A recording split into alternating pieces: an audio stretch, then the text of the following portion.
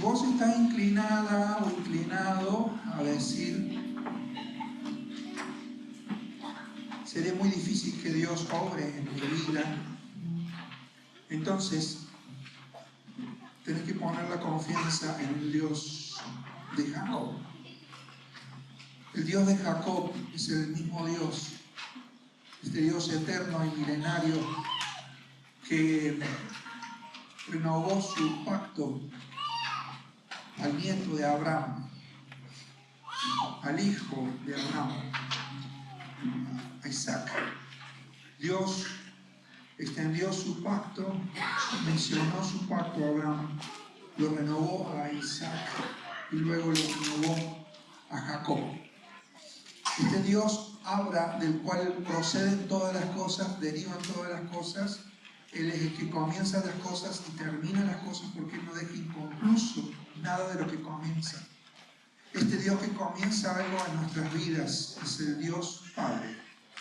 En Isaac nosotros vemos al Dios de los herederos, al Dios heredero, al Dios Hijo, heredero de todo. Y en el Dios de Isaac vemos de alguna forma al Dios Espíritu Santo que toma a un hombre pecador y lo transforma para llevarlo a su propósito.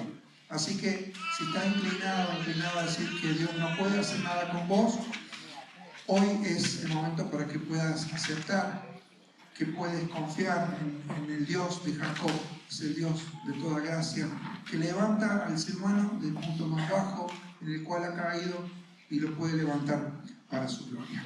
Si yo te preguntara, ¿quisieras lo nuevo de Dios para tu vida? Seguramente que vos me dirías, claro que sí, yo quiero eso nuevo para mi vida.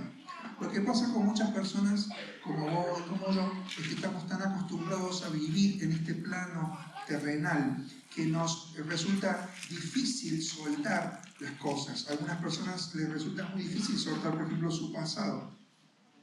Entonces Dios te quiere decir esta mañana, yo tengo algo para tu vida, pero no podés seguirme hacia el futuro si seguís agarrado a tu pasado, si seguís tomado de los errores del ayer. Es hora de lanzar todas esas cosas, porque Dios tiene algo para nosotros. Así que de no tener una determinación crucial y espiritual en estas áreas donde nosotros tenazmente estamos tomados, ninguna cuestión poderosa va a pasar más que seguir viviendo la misma vida que hemos seguido viviendo hasta ahora. Si empezamos nosotros a confiar en el Dios de Jacob, algo nuevo puede suceder. Y eso nuevo que va a suceder es el quebrantamiento de nuestras vidas. Dios quiere quebrantar nuestras vidas para hacernos conforme al Hijo de Dios, al Señor Jesús. Así que de no tomar una decisión en esta manera y no ser cuidadosos en este aspecto, en nuestro futuro, solamente se limitará a ser una extensión de nuestro pasado. Debemos tomar una determinación ahora a creerle y a confiar en este Dios de Jacob. Así que, ¿por qué el Dios de Abraham? ¿Por qué el Dios de Isaac? ¿Y por qué el Dios de Jacob? Dios lo menciona así en la palabra suya. Y vamos a leer en el libro de Éxodo, en el capítulo 3, la palabra del Señor. Y nos vamos a poner de pie para leer como cada domingo la lectura principal. Cuando Dios llama a Moisés, Él dice, ¿quién va a ayudarme para emprender un camino para la libertad de este pueblo? Bueno, hay alguien que te está enviando. Y vamos a leer todos juntos versículos 6, versículo 15. Lo leemos a una voz. Y dijo, yo soy el Dios de tu padre, Dios de Abraham, Dios de Isaac y Dios de Jacob. Entonces Moisés cubrió su rostro porque tuvo miedo de mirar a Dios. Versículo 14. Además dijo Dios a Moisés, así dirás a los hijos de Israel, Jehová, el Dios de vuestros padres, el Dios de Abraham, Dios de Isaac y Dios de Jacob, me ha enviado a vosotros. Este es mi nombre para siempre. Con él se me recordará por todos los siglos. Amén. Que el Señor bendiga su palabra. Podemos tomar asiento. ¿Por qué Dios de Abraham, Isaac y Jacob? ¿Por qué ocupó un lugar tan especial? Dios dice, este es mi nombre va a ser recordado para siempre, perpetuamente. Mi nombre es Dios de Abraham, Dios de Isaac, Dios de Jacob. Y es básicamente porque Dios desea elegir hombres sobre los cuales establecer su nombre, a los cuales constituir un pueblo suyo. Dios hizo una obra especial en 3 personas. Dios empezó una obra en Abraham, Dios siguió la obra en Isaac, pero Dios transformó a un hombre común y más, diría que común, fuera de lo común, un hombre extraordinariamente tramposo como Jacob. Si hubiera alguien destinado a ser el estafador del siglo, podría sintetizarse esa expresión en esta persona, Jacob. Así que Abraham conoció a Dios como Padre y comprendió que todo lo que él tenía provenía del cielo, del Padre del cielo. Isaac se deleitó en el Hijo y entendió que todo lo que tiene el Hijo proviene del Padre. Él es el heredero de todo. Y Jacob experimentó el quebrantamiento de su vida natural, el cual efectuó el Espíritu Santo para forjar a Cristo en él. ¿Cuál es la situación entonces? Hemos visto en domingos previos, estamos siguiendo un pensamiento acerca de profundizar nuestro conocimiento del Dios a que nosotros estamos adorando. Y estamos viendo solamente algunos matices de cómo Dios se da a conocer. En este caso hemos hablado del Dios de Abraham, hemos ya plantado la base del Dios de Isaac y hoy quiero, con la ayuda del Señor, transmitir de alguna manera muy sencilla lo que implica el Dios de Jacob. ¿Cuál era el contexto en el cual Jacob creció? Y vamos a abrir ahora la Biblia en el libro de Génesis y allí nos vamos a plantar. Allí vamos a estar unos minutos. Génesis capítulo 25. ¿Qué familia tenía Jacob? ¿Quién es este Dios de Jacob? ¿Quién es este Jacob? Vamos a Génesis capítulo 25. Génesis capítulo 25. Todos ya saben, hijo de Isaac. Pero lo que tenemos nosotros aquí es algo especial. Versículo 19. Estos son los descendientes de Isaac, hijo de Abraham. Abraham engendró a Isaac y era Isaac de 40 años cuando tomó por mujer a Rebeca, hija de Betuel arameo de Padán Aram, hermana de Labán arameo. Y oró Isaac a Jehová por su mujer, que era estéril, y lo aceptó Jehová y concibió Rebeca su mujer. Y los hijos luchaban dentro de él y dijo, si es así, ¿para qué vivo yo? He ido rápido, vamos a volver. Y los hijos, ¿qué pasaba? Luchaban. Rebeca concibió y como respuesta de Dios concibió ¿qué cosa? Ahí está. En su vientre tenía a 2. Pero dice el texto bíblico que había 2 allí, pero que no eran 2 que eran mansitos, no eran ningunos mansos. Estos mellizos eran muy distintos uno de otro y luchaban, dice dentro de ella. 24. Cuando se cumplieron sus días para dar a luz, aquí había gemelos en su vientre, y salió el primero rubio, y era todo velludo como una pelliza, y llamaron su nombre Esaú. Vendría a ser el colorado. Después salió su hermano, clavada su mano al calcañar de Esaú, y fue llamado su nombre Jacob. Y era Isaac de 60 años cuando ella los dio a luz. Lucha. Desde el vientre de la madre, lucha entre hermanos. Estos hermanos crecieron, dice el versículo 27, y crecieron los niños. Y Esaú fue diestro en la casa, hombre de campo, pero Jacob era varón quieto, que habitaba en tiendas. ¿Qué hay acá? hay un hogar dividido. Fíjate lo que dice el verso 28. Amó Isaac a Esaú, porque comía de su casa, mas Rebeca amaba ¿a quién? La vida de Jacob está marcada por una continua lucha por tomar las promesas de Dios, y en este caso por medio de suplantar. Suplantar, allí agarrar el calcañar, tiene que ver con tomar el talón y hacer tropezarlo, engancharlo, trabarlo, tenderle una trampa. Literalmente ese término significa engañador, suplantador.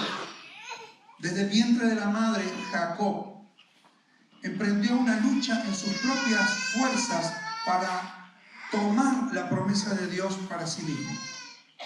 Y esa fuerza natural que vos y yo tenemos es dada por Dios, el Creador, pero es distinta a la fuerza espiritual que es la que da el Dios Redentor. Uno puede moverse con el brazo de carne y tener mucha fuerza que viene del Dios que es Creador. Pero las fuerzas espirituales son fuerzas que son distintas. Así que todo lo que Jacob hizo estaba destinado a cumplir la voluntad de Dios. Dios le había dicho a Abraham, Dios le había repetido la promesa a Isaac de que en ellos iban a ser benditas todas las naciones de la tierra. Isaac lo llevaba dentro suyo y prácticamente, de hecho, desde el vientre de la madre empezó allí a haber una lucha y un hogar dividido. Así que no podía esperar Jacob a que se cumpliera la promesa de Dios, y él mismo se dispuso a llevar a cabo lo que al parecer Dios no podía hacer de arranque. Siempre su patrón fue el mismo, un ser inteligente, extraordinariamente astuto, sabio y sagaz para los negocios, el inteligente. Sin embargo, él se movía con el brazo de carne. Y dice alguien esta expresión: los tratos de Dios con Jacob conciernen al cumplimiento de la voluntad de Dios. De hecho, Génesis 25-23 dice que el mayor servirá al menor. Todo esto concierne a la elección de Dios, la soberanía de Dios. Por tanto, él se propuso lograr esto. Usó medios humanos para lograr el fin divino, pues estaba determinado a cumplir la voluntad de Dios, solo que él cometió un error fundamental. Él lo quiso hacer a su manera. De arranque lo quiso hacer a su manera. Era depositario del plan redentor de Dios. A través de él y de su linaje, Dios iba a bendecir a las naciones, pero él tomó cartas en el asunto. Y de arranque empezaron los problemas. Un hogar dividido. Crecen los niños, y en el texto que acabamos de leer, fíjense, ya había una parcialidad. Papá amaba a uno, mamá amaba al otro. Los chicos se dan cuenta cuando el padre y la madre tienen alguna clase de favoritismo, y eso no es neutral en la familia. Es tremenda la reacción que puede haber en el alma de un pequeño al ver ese tipo de disparidad. Cuando hay uno que es inteligente y el otro que no es tanto, le cuesta las cosas. Y escucha entonces, este es más inteligente, mirá, qué lindo, qué brillante, que este hay que andarlo arriando para que agarre los libros. Y eso marca a un niño, ¿no? No me quiero ir del texto, pero ¿qué problema cuando el hogar está dividido a causa de la parcialidad? Y no estoy hablando ni siquiera de una mamá que esté sola o de un papá que esté solo. Está el papá y está la mamá. Y parece que normalmente la cosa va bien, pero sin embargo hay ciertas expresiones nuestras que pueden marcar el corazón de un niño y ser el principio de una división en el hogar. Muchos se ríen de estas cosas. Porque dicen, no, que el chico no escucha nada, no pensamos que le va a afectar tanto. Pero la cuestión corre por dentro, ¿no? Así que, ¿qué tenemos? Crecieron los chicos, pero del vientre ya estaba la traba, Jacob.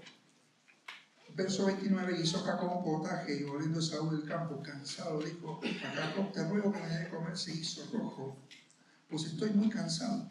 Fíjate, volvió de un día, era un tipo cazador, volvió de un día de trabajo y dijo, me voy a morir de hambre. Bueno, como muchos de nosotros cuando volvemos, yo estoy muerto de hambre, abrimos el heladero y vemos 200 veces, abrimos el heladero a ver qué hay adentro para comer. Pero de hambre no se iba a morir. Sin embargo, Jacob, verso 30, respondió. Pensó, si vos me vas a pedir a mí un plato de comida, de 10. Jacob respondió, vendeme en este momento tu primogenitura. ¡Ja! Entonces dijo Esaú, he aquí yo me voy a morir. ¿Te vas a morir por un día sin comer? ¿Para qué pues me servirá la primogenitura? Y dijo Jacob, júramelo en este día. Era bárbaro para los negocios. Y él le juró y vendió a Jacob su primogenitura. Entonces Jacob dio a Esaú pan y del guisado de las lentejas, y él comió y bebió y se levantó y se fue. Parece ser que aquí no pasó nada, ¿no? Terminó la historia. Como decimos siempre nosotros, vivimos nuestra vida como si fueran historias fraccionadas. Esto es lo que en la sociología se llama la cultura del zapping. Vamos cambiando.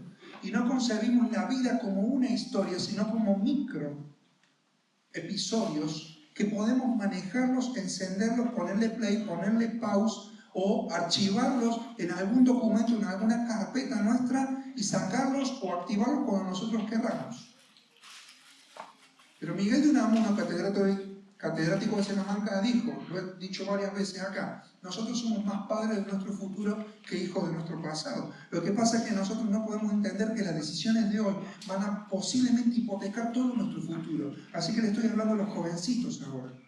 Una mala decisión en tu vida, una mala novia, un mal novio, un mal esposo, una mala esposa, pueden arruinar tu vida. Esto hizo Esaú, un hombre propenso a desestimar las cuestiones espirituales. Y dijo, ¿de qué me va a servir? Y entregó por un minuto de placer un futuro maravilloso. Vendió allí sus derechos. Parece que no pasó nada, porque se levantaron y se fueron.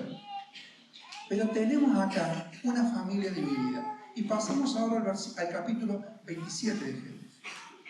En el capítulo 27 de Génesis tenemos el convito completo.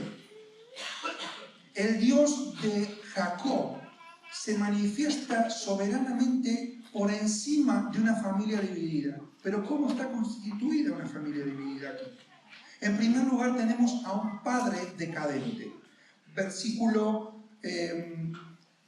Capítulo, dijimos, 26. Y así tenemos a Isaac, capítulo 27. Miren lo que dice el versículo 22. Pasó el tiempo y no solamente que Jacob le había quitado la primogenitura, la había negociado con Esaú, sino que pasaron los años y después le faltaba, si lo había engañado el hermano, ahora lo tenía que engañar ¿a quién? Al padre, para que el padre lo bendijera. Entonces yo ya tengo acá en el bolsillo, la primogenitura ya la tengo en el bolsillo. Ahora lo que tengo que ir es por mi papá. Y fue. Y acá tenemos a un padre decadente. Hay toda una pantomima. Aquí después lee el capítulo 27 de cómo Jacob obtiene la bendición de Isaac. Lo cierto es que se disfraza, lo engaña. El padre estaba medio viejo, medio anciano y medio ciego. No podía ver bien, pero era un padre que se guiaba sensorialmente. Era un padre decadente. Porque cuando él era jovencito, iba caminando a las cumbres del monte de la adoración. Y cuando a Abraham le fue pedido sacrificar a su hijo, él no tuvo ninguna oposición a eso y ofreció a su hijo, pero el hijo tampoco tuvo oposición a eso. La cuestión es que el hijo de Abraham se llamaba Isaac y estuvo dispuesto a subir al monte del sacrificio. Era un hijo dedicado. Sin embargo, el paso del tiempo fue haciendo de él un hombre pasivo y decadente. Cuando llega el momento de impartir bendición espiritual a su hijo, se confunde. Y mire cómo se guiaba él. Era un padre sensorial. Versículo 22. Él se vistió, también en la mañana con el tema de la comida ahí, y se vistió. Acordate que Saúl era medio peludo, ¿te acordás? Era medio peludo. Bueno, se disfrazaron con una piel de animal, le pusieron ahí, y fíjate cuando se acercó Jacob, disfrazado de Saúl, a ver cómo reacciona el padre decadente. Verso 22.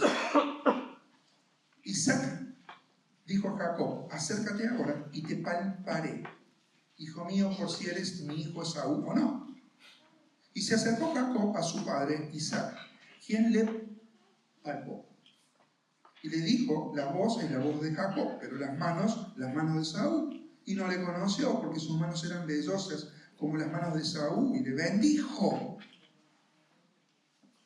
Y dijo, ¿eres tú mi hijo Esaú?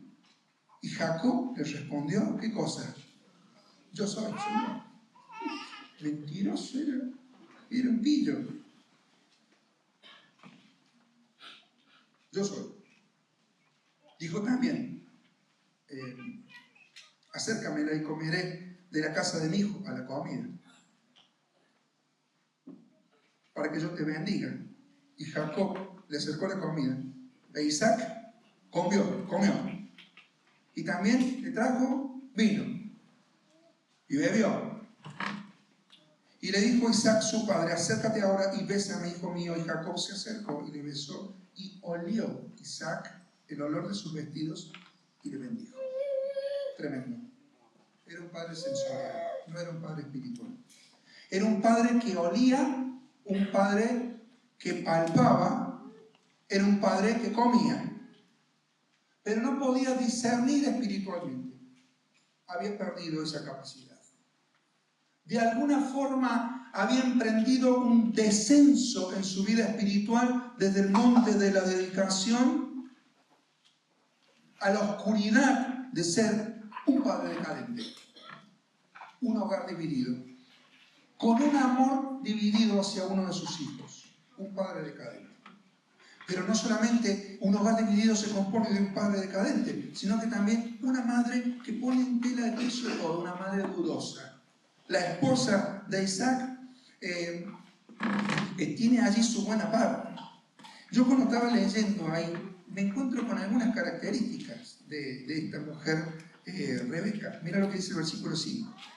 Comienza diciendo ahí, Rebeca estaba oyendo.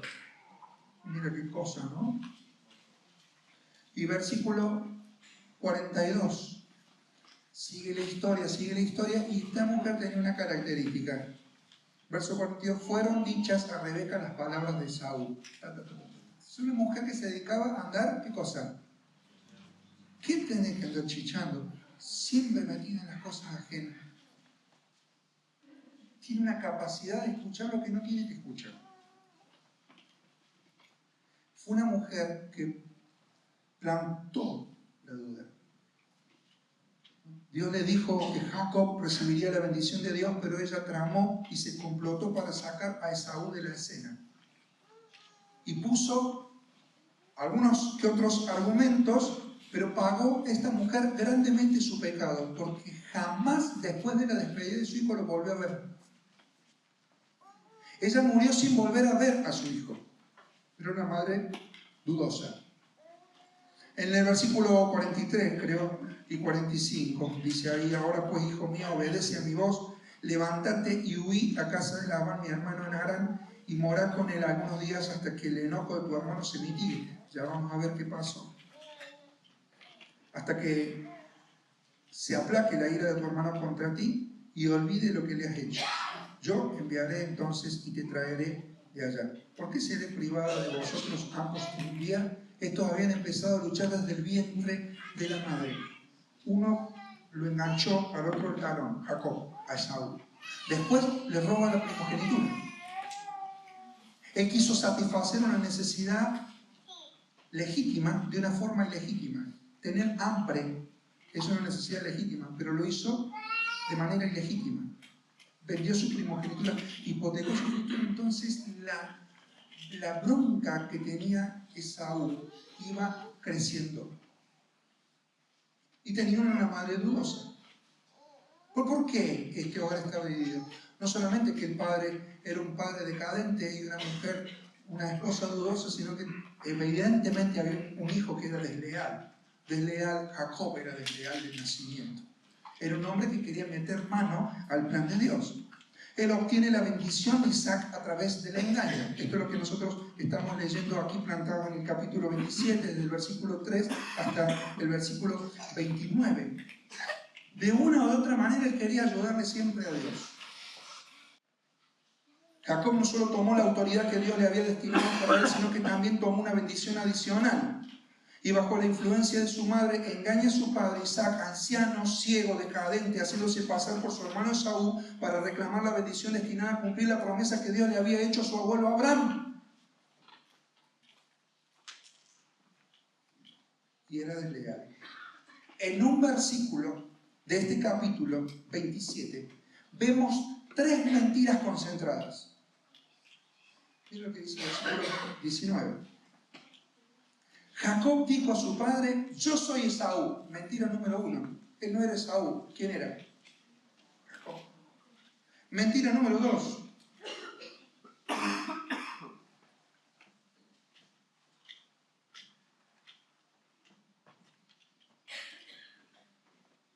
He hecho como me dijiste. El tema de la comida. Él no la había hecho. Mentira número 2.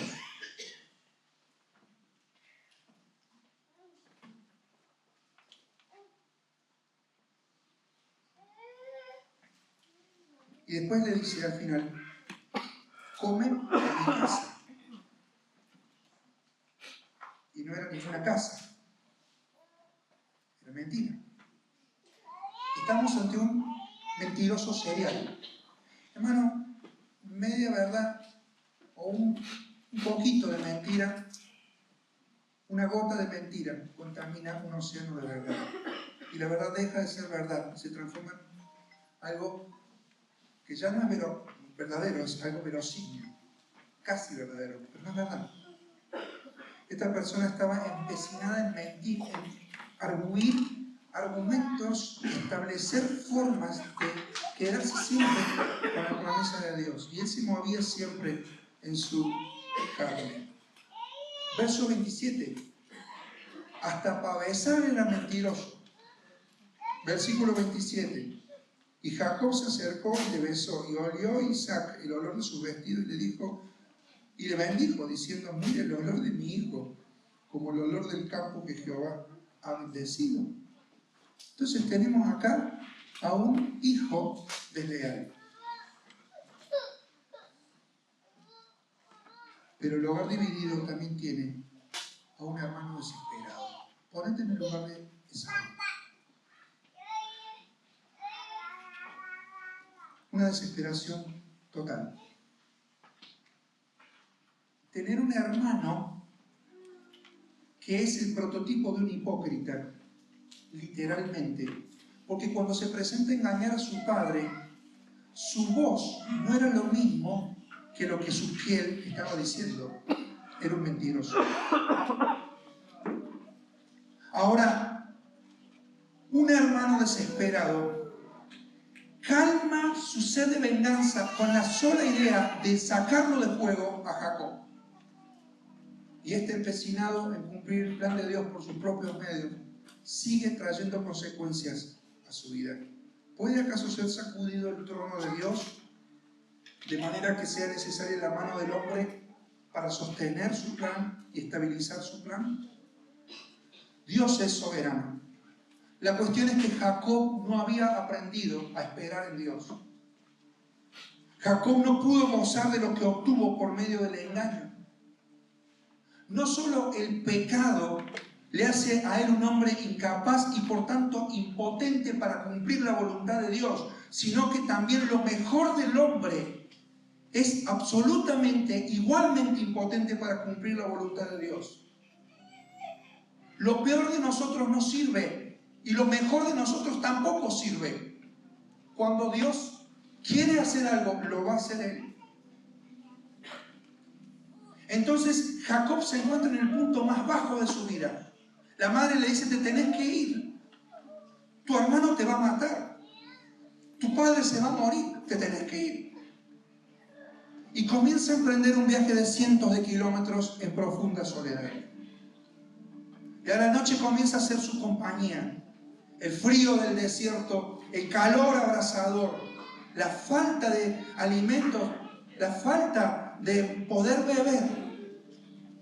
Y Jacob emprende su destino hacia el punto más bajo, que lleva a una persona de una familia que está dividida. Y tal vez en esta mañana, aquí, haya personas que tengan una familia así disfuncional. Y en esta familia disfuncional encuentras como que estás tocando fondo, que ya tocaste fondo, que se aprovecharon de vos, o que muchas veces metiste la pata por querer ayudarlo a Dios en cosas que Dios no te pidió que lo ayudara. Porque esas fuerzas son las tuyas, no son las de Dios. La fuerza natural viene del Creador, la fuerza espiritual viene solamente a los que somos nacidos de nuevo, pero que somos dependientes de Él. Muy distinto arrancar una vida por fe y seguirla por fe, que arrancar una vida por fe y continuarla en obras. Manifiestas son las obras de la carne. Así que, ¿qué esperanza hay? Si me das unos pocos minutos, quiero ahora que vayamos al capítulo 28. Y este Jacob que tocó el fondo de su historia, allí huyendo de su familia, solo y perdido en el desierto, toca allí la profundidad de los pedazos de su corazón deshechos, pero todavía con la sed de que él podía con sus fuerzas conseguir algo, porque Dios lo había prometido, pero él le tenía que ayudar. Y emprende un camino que lo lleva a una situación maravillosa. Él sale de viaje y este punto yo le he puesto subir al cielo, porque hay una escalera de gracia que se tiende. Hay en primer lugar un viaje en los versículos 1 al 9. Él se tiene que ir, se va de la familia, se escapa. Se escapa porque lo van a matar. Así que después de sus acciones engañosas deberá enfrentar las primeras consecuencias, huir de la ira de su hermano. Este que no era el favorito de su padre, que huye como un prófugo de su hermano, se encuentra solo, se encuentra nostálgico, se encuentra abatido, se encuentra sin dinero, se encuentra sin hermanos, se encuentra sin amigos, se encuentra sin posibilidades, con un desierto abierto, porque el drama central de la vida de Jacob fue su autosuficiencia. Él quiso, por sus propios medios, lograr tener el favor de Dios por sus propias formas. Y emprendió un viaje de cientos de kilómetros a Harán, huyendo de su hermano enojado, que se calmaba con la sola idea de liquidarlo. Se enfrenta a un futuro desconocido. Solo le queda la promesa que Dios le dio a un viejo abuelo que ya partió, Abraham. Recuerda las palabras del Dios de los herederos que Dios le dio a Isaac. Pero se encuentra solo. Como aquel hombre que una vez sentado en una oficina pastoral dice: pastor, lo he perdido todo. Ya no me queda más nada para seguir adelante. No tengo nada. Me queda solamente Dios. Y la respuesta del pastor fue: claro. Eso es lo que tenés a favor. Cuando todo lo perdiste, va siempre a quedar el Señor. Siempre va a estar el Señor para renovar su propósito en tu vida. Emprende este viaje y en el versículo 10, salió pues Jacob de Beerseba y se fue a Aram. Emprende un viaje y allí en cierto lugar durmió porque el sol se había puesto, y tomó de las piedras de aquel paraje y puso en su cabecera y se acostó en aquel lugar. Él se acostó. La única compañía que tenía, ¿qué es lo que era? ¿Qué era? Entonces a todos los que tienen una piedra, yo les voy a pedir que se la pongan en la cara. Esta piedrita. Eso era todo lo que tenía. Algunos dicen que tomó piedras para defenderse de la persecución de su hermano. Con esta herramienta se podía defender nada más que eso. Una piedra como un arma, una piedra como una almohada. Yo no sé cuál fue tu experiencia más difícil en un hotel. Yo les podría decir por qué. No pude dormir en toda la noche. Pero es difícil dormir con una piedra como almohada. En ese momento de ese viaje, en el lugar más profundo de la huida de Jacob, este tramposo, él tiene una visión de parte de Dios. Y ahí estaba el hombre determinado a lograr su meta sin importarle los medios que utilizara para llegar allí. Y Dios sabía quién era Jacob. Conocía profundamente quién era él, y por esa misma razón Dios no lo reprendió, pero le mostró algo. Le mostró algo en sueños, porque conscientemente no daba lugar a Dios. Él emprendía sus viajes y sus planes en su mente, y por eso Dios tuvo que dormirlo. Y en esa visión, este Jacob, que es el perfecto cuadro de un hombre y una mujer pecador, de un alma perdida, de un alma en tinieblas, de un alma huyendo por su vida, de un alma que está lejos de la casa del Padre, con el peso del pecado, con el peso de la culpa, ignorando de que Dios todavía tiene algo más para él. Él se encuentra solo y perdido y duerme con esa almohada fría por la noche, y Dios le muestra algo. Posiblemente en el lugar más bajo de su vida, teniendo la tierra como cama y las estrellas del cielo como techo, Dios lo llama y Dios le muestra una cosa. Dios le muestra una visión. Dormido. Lo tuvo que dormir para mostrarle que Dios todavía estaba trabajando en su vida. Que Él quería quebrantarlo. Que Él necesitaba dejar a un lado las armas, la astucia y su inteligencia para rendirse al propósito de Dios. Así que Dios habló a Jacob en un sueño, porque no podía hacerlo de otra manera mientras él siguiera confiando en sus propios planes. Tal es el Dios de Jacob.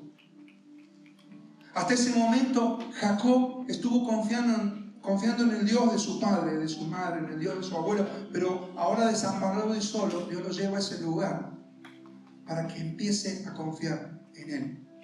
Ahí, desprovisto de todo, solo, en un pasillo de hospital, en bancarrota, sin familia, yendo a trabajar sin sentido, cargando con la vida de pecado y de culpa, te encuentras ante un Dios que todavía quiere hacer algo con tu vida. Quiere que dejes de luchar. Este es el Dios de Betel. No es un Dios que se encierra en el cielo. Es un Dios que abre los cielos. Y es un Dios que tiene una escalera que toca la tierra, toca los cielos.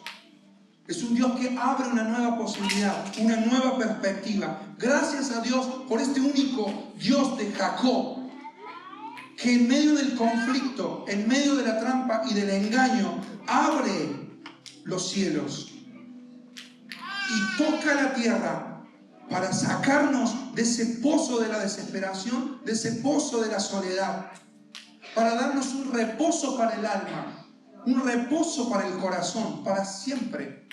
Cuando el Nuevo Testamento encuentra este pasaje, Jesús lo aplica a sí mismo. La escalera es Cristo. Juan capítulo 1, versículos 51 y 52. Él es el camino, la verdad y la vida. Él es el que se abrió en una cruz para unir el cielo y la tierra. Cristo es la puerta, Él es el acceso, Él es el camino, Él es el único mediador entre Dios y los hombres. Betel no es un Dios que está reservado allí. Así que lo de abajo llega al hombre y lo de arriba llega a Dios. Dios pone en contacto con Jesucristo, el único mediador, a personas perdidas y las saca de su perdición. Y Dios allí le dice, versículo 15, esto es maravilloso. 13. Jehová estaba en lo alto de esa escalera, el cual dijo, yo soy Jehová, Mira vos, el Dios de Abraham, tu padre, el que empecé esto, el Dios de Isaac, el Dios de los herederos. La tierra en que estás acostado te la daré a ti y a tu descendencia. Será tu descendencia como el polvo de la tierra.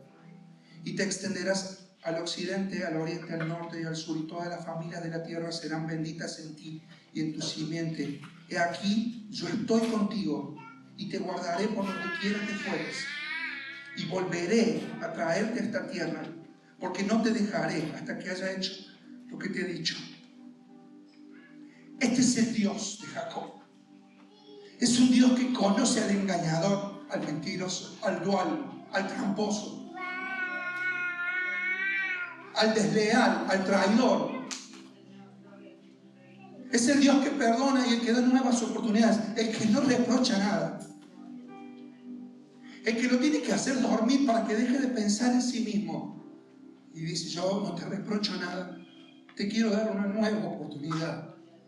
Seguirán siendo benditas en tu simiente todas las familias de la tierra. Pero no solamente porque yo se lo dije a tu abuelo ni a tu papá, sino que yo lo voy a hacer posible porque yo te voy a tomar a vos como vos sos y yo te voy a transformar. Porque yo te voy a tomar y no te voy a dejar hasta que haya hecho con vos lo que yo he planificado con tu vida. Eso es lo que dice el Dios de Jacob. Es un Dios maravilloso, es un Dios de nuevas oportunidades, es un Dios que en el viaje hunde a este hombre en una profunda visión. Este hombre escucha una poderosa voz, una voz de promesa, y termina tomando una decisión. Es el voto de Jacob, que cuando se despertó, dice el verso 16, no puedo leer bien acá. Y despertó Jacob de su sueño y dijo, ciertamente Jehová está en este lugar y yo no lo sabía. Y tuvo miedo y dijo, cuán terrible es este lugar. No es otra cosa que casa de Dios y puerta del cielo. Ciertamente la casa de Dios es en verdad un lugar temible para todos aquellos en quienes todavía la carne no ha sido tratada. Temen la presencia de Dios, le tienen miedo. Son religiosos que le tienen miedo a Dios.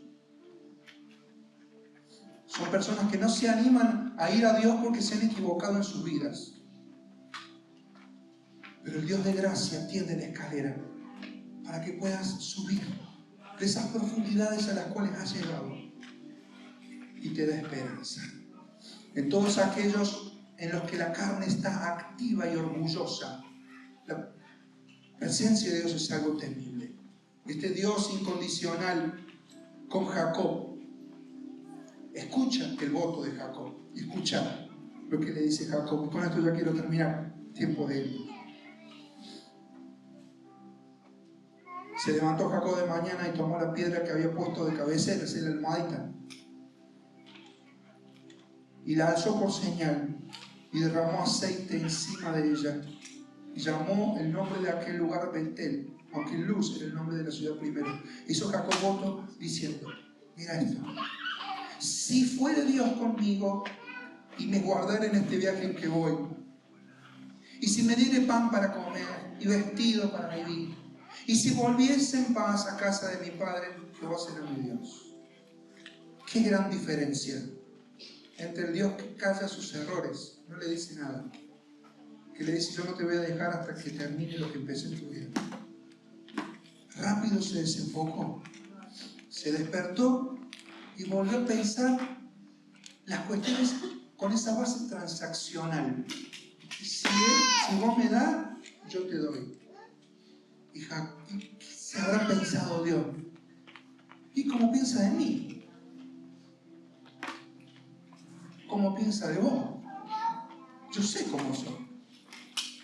Sé que todavía estás queriendo hacer un negocio conmigo, dice Dios, pero estás en bancarrota, porque mi amor y mi misericordia es mucho más de lo que vos podés conseguir. Porque yo soy el Dios de Jacob, soy mucho más de lo que vos estás pensando, de lo que yo te puedo dar. No me busques por lo que yo te doy, dice Dios.